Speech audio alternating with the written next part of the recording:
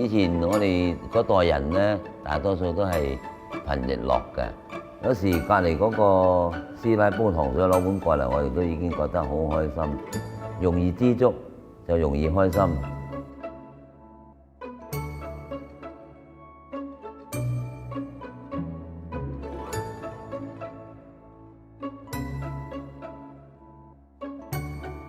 而家咩都貴，啲人成日掛住揾錢，連快樂都通脹埋。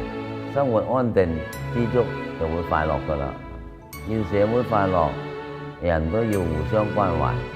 包青天嗰首歌都有得唱啦，號召同路人為人類建樂園，共同扶老齡，丹心一片，令乾坤看盡笑臉。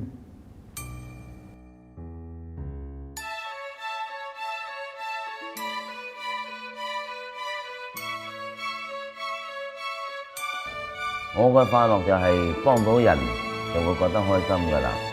喺未派飯之前，我哋成日都驚唔夠生意做，但係而家穩定咗之後，就反而覺得越派就越開心。快樂唔一定要擁有咩嘅，施比受更快樂。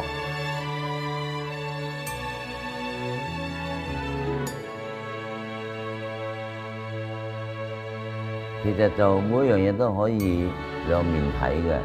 只要你諗開心嗰面，就會覺得開心啲啦，就唔會有咁多仇恨啦。好似我哋以前後生去唱過一首歌，叫做世上有苦水也有美酒，看你怎樣去尋找。只有你勇敢地抬起頭，苦水也會化成美酒。